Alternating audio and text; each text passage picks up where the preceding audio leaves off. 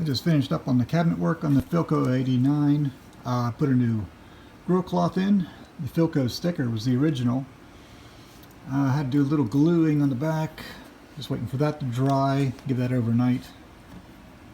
Some of the veneer was coming undone. Just glued that on.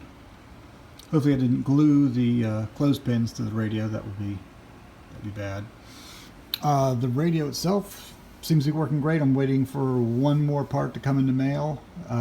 Just need a heavier resistor. I want to put it on a 2-watt resistor instead of a 1-watt.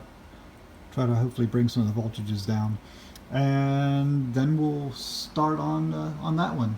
The Philco 60, I believe it is, 60B from 1934. So that'll be the next one. So hopefully by next Monday or Tuesday, this thing will all be done and up and playing. So now I just need to find a place to put it. All right, I'll post that when it's done.